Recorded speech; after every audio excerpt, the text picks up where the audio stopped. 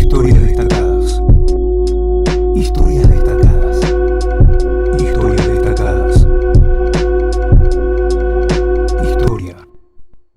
Buenas tardes, amigos, amigas, aficionados, seguidores de la historia. Hoy es un día bastante importante para nuestro calendario patriótico nacional y bueno, ameritaba la ocasión hablar con alguien que nos pueda aportar luz sobre un montón de temas que van un poco más allá de los lugares sobre los que solemos reflexionar cuando hablamos del 25 de mayo. Bienvenida Alejandra Pacino, profesora de la Universidad de Buenos Aires, entre muchas otras cosas. ¿Cómo estás? ¿Qué tal, Ale? ¿Cómo estás? Y gracias por la invitación. No, muchas gracias a vos por estar. Alejandra es profesora titular del Departamento de Historia y también del Departamento de la Facultad de Sociales. Particularmente en Historia, ella es profesora titular de Historia de los Sistemas Políticos. Y bueno, por eso también la llamamos para hablar un poco del aspecto político, digamos, de ese 25 de mayo. Siempre escuchamos hablar de tantas cosas, ¿no? De los lugares comunes, de los chisperos de French y Beruti, del pueblo quiere saber, y de si usaban paraguas o no usaban paraguas en esa plaza. Lo que más nos interesa, Alejandra, es que vos nos contés un poco, digamos, por dónde pasaba el debate en esos momentos. Si hipotéticamente yo fuese un transeúnte, estuviese yendo a una tertulia o un cabildo abierto o estaría en la plaza, ¿qué conceptos estaban en juego? Bueno, primero hay que tener en cuenta que es cierto, o sea, había un vocabulario político que se tenía y que se utilizaba en el momento en que esto ocurría. La discusión no empieza el 25 de mayo, es el momento en que se toma una decisión, ¿sí? O sea, hay una decisión en torno a, primero, cuál era la situación por la que atravesaba Buenos Aires, y ahí con esto que vos decís, ¿no? Si uno hace, qué sé yo, la imagen vos decís un transeúnte. Bueno, no es lo mismo estar en una tertulia, no es lo mismo estar en la casa de Vieites, ¿sí? Con un grupo que viene discutiendo la situación de Buenos Aires, del virreinato y ante la incertidumbre de lo que pasaba en España, que estar en la plaza y pertenecer, ¿sí? a la plebe o a los sectores populares, ¿no? La discusión pasaba por otro lado. Ahora bien, la discusión en esto que se concreta el 25 de mayo estaba muy vinculada a la incertidumbre, ¿sí?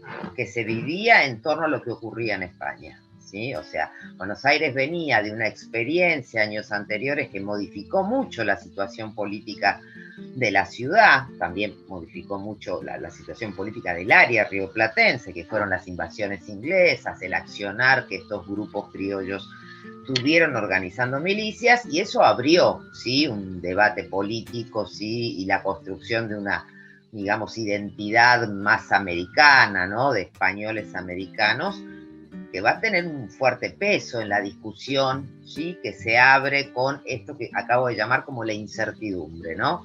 ¿Qué está pasando en España? Llegan noticias medias extrañas. Primero habían llegado noticias de la guerra contra los franceses, se había reconocido a Fernando VII como el nuevo monarca. Ahora las noticias que llegaban eran noticias en torno a una pérdida total de la península en manos de los franceses, y es esa situación de incertidumbre, ¿no? la que conduce a la decisión que toman, tanto en el Cabildo del 22 de mayo, que tiene una discusión mucho más interesante que la del 25. La del 25 es acción concreta, ¿sí? de las milicias presionando. La del 22, ¿sí? tiene una, digamos, consistencia doctrinal más fuerte, pero bueno, ahí lo que se discutía concretamente era el qué hacer, ¿no? Es el momento donde, bueno, una discusión política central, ¿no? O sea, qué hacer ante eso con protagonistas nuevos, ¿no? No era una discusión entre funcionarios de la corona. Me quedé ahí como la palabra incertidumbre, que estás haciendo eje en eso, porque es muy importante para situarse en este contexto, ¿no? Precisamente eso, la indeterminación de las cosas que estaban pasando. O sea, no, muchas veces escolarmente o por los medios, las versiones que más circulan son versiones que hacen, digamos, hincapié en, bueno, en que los actores tenían una plena conciencia de lo que estaba pasando, de que estaban planificando con vistas a un futuro, pero que más o menos hubo una continuidad, y la verdad que hubo muchas rupturas, ¿no, Ale? Es un momento de muchas rupturas. Mira, lo que tiene esto que planteo y por eso está piola pensarlo en función de las incertidumbres, que tiene que ver con pensar la contingencia, ¿no? Que es lo que los historiadores e historiadoras tenemos que hacer, tiene que ver con los distintos relatos que hay sobre la Revolución de Mayo. Obvio, el relato típico tiene que ver con esta idea construida en muchos lados, ¿no? O sea, bajo el principio de las nacionalidades, de que es el mito del origen de la nación argentina, que es la historia que Mitre escribió, ¿no? Y que se sigue repitiendo hasta muchas veces desde el discurso estatal, en torno a la idea de que tenían una claridad absoluta en lo que querían hacer. No, esa claridad no la tienen, es muy fácil escribir la historia cuando sé qué es lo que fue el punto de llegada. Hay distintos ámbitos, sectores dando vuelta, no es lo mismo que el grupo de Vieites, los Rodríguez Peña, Manuel Belgrano, que tienen unas discusiones digamos, sí, unas discusiones interesantes en torno al qué hacer con la monarquía y las posiciones que van a tener con el proyecto de Carlota Joaquina, de un Mariano Moreno que va a sumarse, digamos, al grupo revolucionario bien a último momento, ¿no? Y eso no tiene que ver con en las ideas que estaban formados o no, tiene que ver con esta situación de cómo leer, ¿sí?, lo que estaba ocurriendo, ¿sí? Y en ese ámbito, en el cómo leer, decir, bien, no sabemos lo que ocurre en España, hay una cuestión que es concreta, ¿sí? Es el ejército napoleónico contra el que están luchando, no eran 4 gatos locos a los que se iban a enfrentar. La pérdida de la península implicaba el dominio de los franceses. De hecho, Liniers había recibido a enviados franceses en el Río de la Plata y eso le costó en parte su cargo. Autoridades, como es el caso de Cisneros, que tampoco sabían bien. Cuando uno lee las proclamas de Cisneros, cuando vos hablabas hace un rato del vocabulario político, Cisneros habla de la necesidad de reunir, ¿sí?, representantes del resto del virreinato, de la lucha por la independencia de España. La independencia a la que alude Cisneros es la independencia de los franceses de España, y no presenta resistencia cuando esta junta sí que arma, o sea, en la del 22 él estaba al frente y 2 días después le dicen, bueno, mucho gusto, esto no es aceptado, no plantea grandes resistencias, lo entiende en función de una relación de fuerzas también, ¿sí? Y de hecho los propios actores en ese momento sabían, eso sí lo sabían, que lo que estaban haciendo no era novedoso, estaban repitiendo lo mismo que distintas ciudades españolas habían hecho en 1808, ¿sí?, con la famosa farsa de Bayona, ¿sí?, y el nombramiento de José I por parte de Napoleón como nuevo rey de España. O sea, sabían que este principio al cual aludían, y esto se aludió mucho en el Cabildo del 22 de mayo, ¿no?, esto de la retroversión de la soberanía. Ante la ausencia del monarca, el soberano es el pueblo el que va a discutir si qué organismo político provisional va a gobernar hasta tanto el monarca pueda volver. Porque ese también es un aspecto central en esa discusión política. Es provisional lo que se discute en la decisión que toman, ¿no? Más allá de que haya actores, ¿sí?, que la cuestión de la ruptura del lazo colonial, o sea, la independencia concretamente, la podían tener en la cabeza o discutir. Y son otros personajes menos conocidos, ¿eh? Los Rodríguez Peña, por ejemplo. Sí, Saturnino Rodríguez Peña, que en ese momento está en Río de Janeiro, bueno, su hermano Nicolás Rodríguez Peña acá, o sea, uno se queda a veces con las figuritas más clásicas, ¿no? Un Belgrano, un Moreno. Hay otros actores, sí, dando vuelta por ahí, cuyas discusiones, bueno, obviamente Castelli, ¿no?, que uno después pasan por la idea de, digamos, romper el vínculo colonial o de la independencia podía recorrer sus cabezas, pero bueno, insisto con esto, eran conscientes, no sabían bien qué ocurría en España, pero que las decisiones que estaban tomando las habían tomado los gallegos, las habían tomado los andaluces, o sea, había juntas, sí, formadas también en España. No, esto es muy importante lo que decís, porque también, digamos, siempre en la historiografía o en las versiones que solemos ver que circulan, digamos, está muy patente la influencia, obviamente, de la revolución de las 13 colonias norteamericanas, también, bueno, la influencia ideológica en algunas ideas de la Revolución Francesa, pero digamos que siempre la influencia española, ¿no? De la tradición juntista, del pactismo español, fue algo que fue soslayado de ese relato, ¿no? Entonces se habló poco de la Constitución de Cádiz, se habla poco de algunas ideas liberales que han vendido el liberalismo español, y del rol también que ha tenido mucha prensa que venía de España. ¿Qué nos puedes decir de eso? Bueno, eso también hay que ver en qué momentos, por eso es historiográfico, se escriben las historias. Por supuesto que la historia clásica de Mitre, o sea, aquella historia que funda y crea una nación, va a plantear el liberalismo en América, ¿sí? Y el tradicionalismo en España, y rompe esto, y los modelos que van a tomar es seguir la experiencia norteamericana, y la primera etapa puede ser de la Revolución Francesa. Pero esta idea, estas cosas que estoy planteando de pensar la revolución en el marco del Atlántico hispánico, cobraron fuerza en los últimos 30 años. De hecho, no es una innovación, porque a principios del siglo XX, y sobre todo los historiadores de raigambre socialista, ¿sí? Ya habían planteado ese tipo de vínculos, ese tipo de relación, sobre todo, bueno, en la época del primer centenario. Lo que se hace a partir de la obra de François Derrida es retomarlo, ¿sí? Y pensar, incorporar a ese juego, ¿sí? Esta cosa de salir de lo que yo a veces llamo la historiografía dulce de leche, pensar solamente lo que pasa en un territorio nacional y abrir el juego, ¿sí? Al área atlántica. Eso no quiere decir que no existían, no tanto el modelo norteamericano, ¿no? Porque hay que correrse del eje de que Estados Unidos no era la potencia hegemónica que será en el siglo XX como para mirar. Y con respecto a la Revolución Francesa, hay un tema central, el vocabulario político de los propios liberales españoles, ¿sí? Es el vocabulario de la Revolución Francesa, ¿sí? Ahí sí hay que darle la mano a Hobsbawm cuando planteó que el vocabulario de la modernidad surge con la revolución. Ahora, una cosa es ese vocabulario y otra cosa son las situaciones concretas, porque eso le pasa a los liberales españoles y pasa en el Río de la Plata y pasa en Caracas.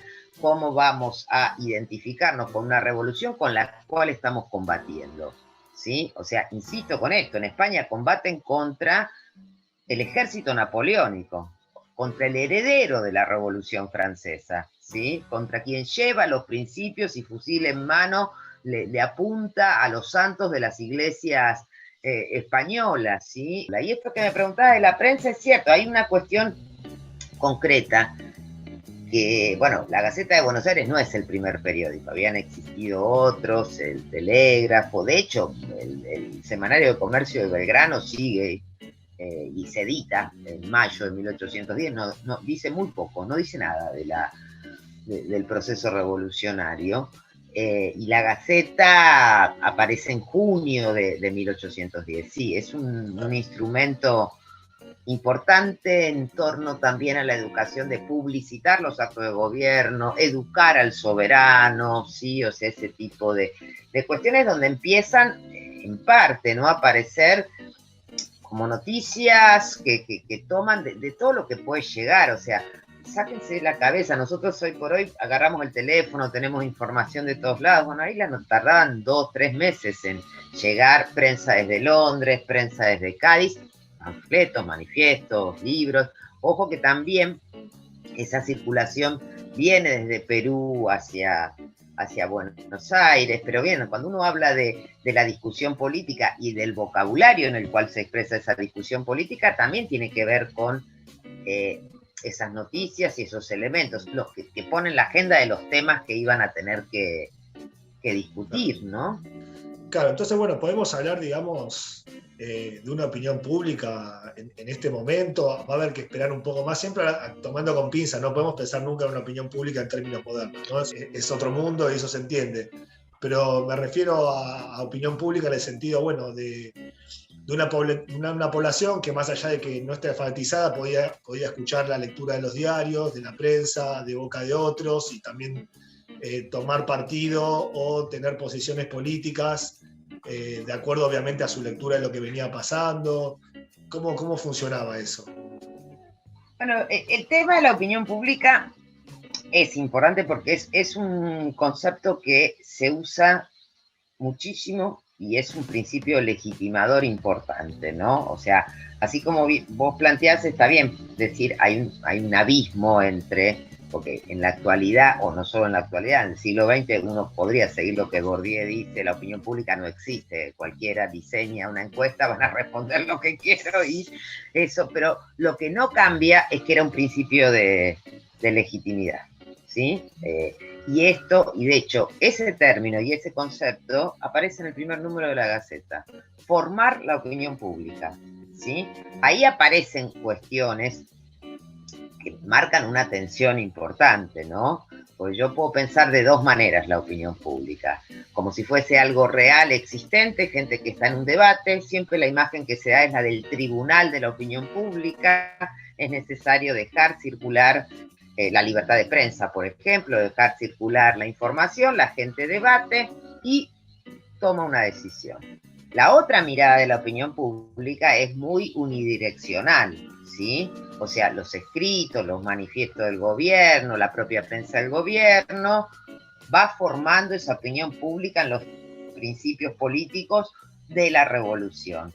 Eso no se resuelve, esa es la aporía típica del mundo de la política, ¿no? Pero sí aparece en ese momento con fuerza, insisto con esto, en el primer número de la Gaceta, digamos, el decreto de creación apunta a la formación de la opinión pública, ¿sí? Esa formación de esa opinión pública, el periódico tenía esa función, poner, si uno hace el ejemplo de mirar los primeros números, que los encuentran googleando rápidamente, ¿sí? Va a encontrar que es un periódico que va a tener una serie de discursos, de intervenciones sobre la realidad, sobre contextos concretos. La pluma de Mariano Moreno está presente ahí, y avisos oficiales en el sentido de los decretos del gobierno. Una especie, ¿sí?, de boletín oficial, digamos. Bueno, previo, el boletín oficial surge cuando deja de funcionar la Gaceta, en 1821. La Gaceta llega hasta 1821 cuando en el gobierno de Martín Rodríguez se crea el boletín oficial. Y eso marca a veces tensión diciendo, bueno, es toda prensa oficial. Bueno, más o menos es prensa oficial porque los editores de la Gaceta que fueron cambiando de acuerdo a los distintos cambios de gobierno le dieron unas características distintas, ¿sí? Si vamos a los meses posteriores a la Revolución de Mayo, Moreno le da una característica distinta, o sea, está plagado de discursos que son intervenciones sobre los acontecimientos. Un ejemplo concreto para que hagan un ejercicio. Los acontecimientos de Córdoba, ¿sí? El fusilamiento de Liniers, que no es un tema menor, ¿sí? Que no es un tema menor, sobre todo porque eso creó en Londres, en la prensa de Londres, una imagen bastante dudosa de la revolución de Buenos Aires, ¿no? O sea, una revolución que yo en la prensa de Londres decían, bueno, es una revolución, la formación de una junta, al igual que lo que había ocurrido en Caracas en abril de 1810, que reconoce al gobierno de Fernando VII, es una junta para cuidar sus intereses internos, pero la de Buenos Aires empezó un poquito mal, imitando a los jacobinos franceses, porque no hacía falta. No decían no hacía falta fusilar a Liniers, decían deberían haberlo llevado a juicio a Liniers. No está bueno esto de andar a empezar fusilando gente de esa manera. Eso es lo que aparece en la prensa. Pero si volvemos para acá van a ver que hay un manifiesto del gobierno y una intervención, y hay un escrito de Moreno, un escrito del de Anfunes, explicando lo que había sucedido, ¿sí? Explicando que el accionar contrarrevolucionario de Liniers y la necesidad del fusilamiento. O sea, eso aparece con fuerza en el periódico, y eso tiene que ver, es un ejemplo concreto de formación de la opinión pública, ¿sí? Recuerden, Liniers, que fue el héroe de la reconquista de Buenos Aires, ¿no? Que anduvieron fusilando a un don nadie, que tampoco está bueno, fusilando a un don nadie por ahí, pero sí tiene que ver con este tipo de explicaciones. Por eso es el concepto clave, ¿no? El gobierno se legitima en función de la opinión pública que a su vez se está formando, maravillosa en lo que es el mundo de la política. Claro, porque a la vez la opinión pública va a ser este principio de legitimación y en consecuencia la prensa se va a erigir toda la prensa como el intérprete o la que porta la voz de la opinión pública y del pueblo y la que la lleva, ¿no?, al papel y la que la difunde. Sí, y también tiene que ver con con limitaciones concretas, ¿no? O sea, no es lo mismo analizar esto, qué sé yo, en Cádiz, en España, en 1810, ¿sí? A la altura de mayo de 1810, cuando se forma la Junta de Buenos Aires, en Cádiz hay, 25 periódicos que se están editando, ¿sí? Conservadores, clericales, liberales, porque tenían muchas imprentas. Bueno, en Buenos Aires, la Revolución empieza editando un periódico, ¿sí? Y va a aparecer un segundo, ¿sí?, en fines de 1811, 1812, que tiene que ver, ¿sí? Recién en 1815 hay 3 o 4 imprentas funcionando que posibilita que haya otros periódicos. Piensen que las imprentas no solo se dedicaban a los periódicos, sino que debían funcionar para, qué sé yo, los decretos oficiales y para las cosas cotidianas, los naipes, las cartas también tenían que salir de ahí. Eso es una limitación importante. Limitación que en otros lados, solo doy este ejemplo, se pudo, qué sé yo, superar. Hay un periódico interesante, opositor al virrey Abascal en Perú, que se llama El Diario Secreto de Lima, que era un periódico manuscrito, ¿sí?, que se copiaba, y de hecho, hoy por hoy, el único ámbito donde se conserva ese periódico es en la Gaceta de Buenos Aires, porque llegaban a Buenos Aires y la Gaceta lo reproducía. Como también la Gaceta de Buenos Aires, creo que fue editada ya por Mariano Moreno en octubre de 1810, recibe y sobre todo porque esto venía por los comerciantes británicos, recibe, no sé si un número o 2, o no sé, porque eso no lo podemos saber, de un periódico editado en Londres por Francisco Miranda, y reproduce un artículo, pero no sabían que era Miranda. Ahora nosotros sabemos ahora que es Miranda, pero en ese momento no. Era un artículo muy crítico, ¿sí?, a la manera en que la Junta Central había caído y la reemplazó la regencia, y les pareció absolutamente conveniente, ¿sí?, insertarlo en el periódico, porque funcionaba al mismo tiempo como noticias que llegan desde Londres, ¿sí?, que van a legitimar lo que hicimos, ¿sí? Y ese legitimar lo que hicimos es que la Junta Central, que había gobernado en nombre de Fernando VII, a la cual los americanos habían reconocido, se había autodisuelto, y se había autodisuelto con denuncia de corrupción. Se reemplaza por un consejo de regencia. Bien, a los americanos pueden decir, no nos consultaron sobre eso, por lo tanto podemos tomar la decisión de formar nuestra junta de gobierno, siempre reconociendo la soberanía del monarca, que eso es parte de otra discusión, ¿no? La famosa discusión de la máscara o no de Fernando VII, sí. Y cómo eso funcionaba. Bueno, pero entonces, digamos, de 1810 en adelante había un camino largo, ¿no? Un camino largo para recorrer. Bueno, absolutamente, de esas cuestiones no van a resolverse durante la primera mitad del siglo XIX, ¿no? O sea, en realidad, una cosa es trabajar y pensar solo, que discutían políticamente, otra cosa, la discusión política tiene que ver con las decisiones que se van a tomar y los distintos, digamos, formaciones que esos actores pueden tener. Ahora, cualquier decisión política que se va a implementar, y esto es absolutamente cotidiano, si uno puede creer esto es lo que hay que hacer, lo va a poner en marcha y el resto agarra el auto y se va a la costa el fin de semana. Entonces uno dice, bueno, no hay control sobre esto, forma parte de ese mundo de la política. O sea, la Junta de Gobierno que se arma el 25 de mayo, o sea, una de las primeras cosas que va a hacer a los escasos días es su famosa circular del 27 de mayo, convocando a las ciudades del interior, las ciudades cabeceras, las capitales del interior, a elegir a sus representantes, ¿sí? Para incorporarse al gobierno, ¿ok? Al mismo tiempo genera, a partir de las milicias, que esa circular no la mandó por correo, la hizo llevar por fuerzas recién armadas, ¿sí? Milicias recién armadas, ¿sí? Bueno, por las dudas. Y ahí tenés también una cuestión donde, esto famoso Alperín, ¿no? La guerra y la revolución, ¿no? Y agreguemos también y la pluma en torno a esto, pero también esa famosa circular va a ser interpretada de distinta manera. Para Saavedra era, bueno, que vengan y se incorporen, que era seguir también el modelo de lo que habían hecho en España, ¿no? Desde las juntas locales a la Junta Central. Y el planteo de Moreno era otro, era no, incorporarse al gobierno no.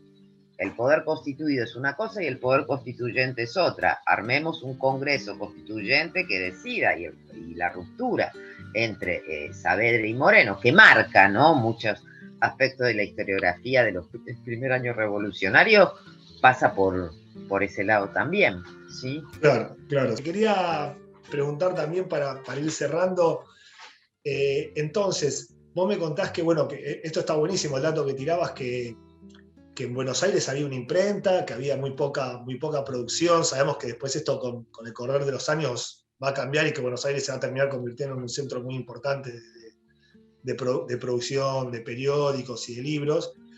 Pero entonces, ¿podemos decir que en 1810 la mayoría de las cosas que circulaban, digamos, venían de afuera, venían de otros países latinoamericanos o de España? No, venían de España. O sea, la mayor información o textos y panfletos o escritos, sí, vienen o directamente a España o llegan vía el virreinato del Perú. No sé, hay un ejercicio siempre re lindo que uno puede hacer y que de hecho en el tesoro de nuestra Biblioteca Nacional están los escritos, o sea, las impresiones, ¿no?, que hacía la imprenta de Niños Expósitos, que eran la misma de estos discursos o información que podían llegar fundamentalmente desde Cádiz, ¿no? O sea, eso funcionaba. El único periódico que se editaba en el momento de la Revolución de Mayo es el semanario el Correo de Comercio, ¿no? El Correo de Comercio editado por Belgrano. E insisto con esto, no es un periódico sacado en función del rol de Belgrano en el consulado, o sea, con unas características económicas importantes, obviamente. Tiene un discurso sobre la libertad de imprenta y tiene otro discurso sobre político, pero no tiene nada, no hace alusión a lo que ocurre en mayo. Es un periódico que sigue un par de meses y deja de salir, sobre todo porque, mira, si uno mira el primer número de la Gaceta, ¿sí? La Gaceta de Buenos Aires dice que se va a dedicar cambio las palabras, ¿no?, más a cuestiones políticas, porque a las cuestiones más económicas ya se está dedicando el Correo de Comercio, pero era como diferenciando los aspectos, ¿no? O sea, la Gaceta va a funcionar como arma política también, que era necesaria, ¿no? O sea, siempre necesaria la pluma para esto, para formar la opinión pública, para hacer circular las ideas, para construir la legitimidad de las decisiones que estaban tomando, ¿no? Bueno, profe, te quería agradecer, la verdad que nos has echado muchísima luz sobre un montón de temas, sobre todo sobre estas cuestiones que son muy interesantes, empezar las discusiones en contextos tan distintos al nuestro, ¿no? Y en hacer este ejercicio reflexivo de imaginar esos momentos también como momentos de incertidumbre, como momentos en donde los actores, los sujetos, las personas de carne y hueso que estaban ahí, trataban de resolver problemas inmediatos y urgentes con obviamente las herramientas tanto discursivas como materiales que tenía al alcance, creo que al menos para mí es lo que siempre me resultó más estimulante de la reflexión histórica. Así que te agradezco mucho, te agradecemos mucho a todas Historias Destacadas, Agustín Zimmerman, Hernán Morlino, Facundo Sayavedra y Alejandro Benvenuto, quien te habla. Cuando te presenté fui un poco injusto porque si teníamos que decir todo lo que has hecho y lo que haces, íbamos a estar como 10-15 minutos hablando. Así que muchísimas gracias, profesora Alejandra Pacina, por haber estado en Historias Destacadas. Bueno, gracias a ustedes. Sí, nos vemos pronto. Un beso grande.